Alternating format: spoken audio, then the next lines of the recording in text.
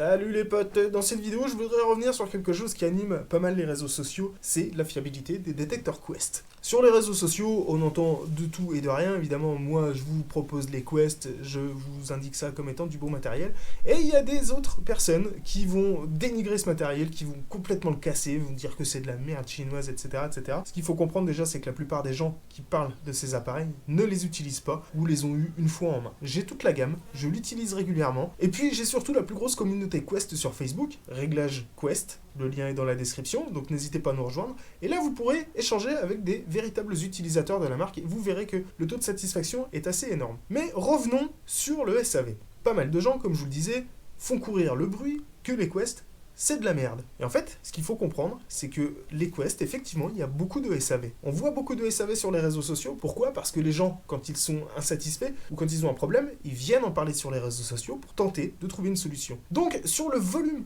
de vente, parce que les Quest, je vous le cache pas, c'est pas loin de 10 000 appareils vendus en France, c'est énorme, c'est colossal. Il y a évidemment un taux de SAV qui est d'environ 3-4%. Et ça se ressent, 3-4% de 10 000 personnes, je vous laisse faire le calcul.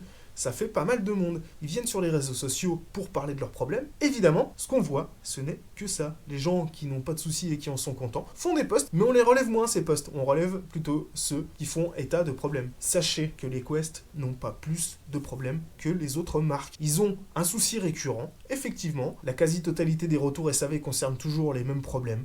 Un problème de disque, un problème de connectique. Le SAV, il est très réactif. Il faut savoir que Quest prend en charge quasiment sans discuter. Le distributeur ne discute pas beaucoup non plus. Le SAV est très très bien assuré.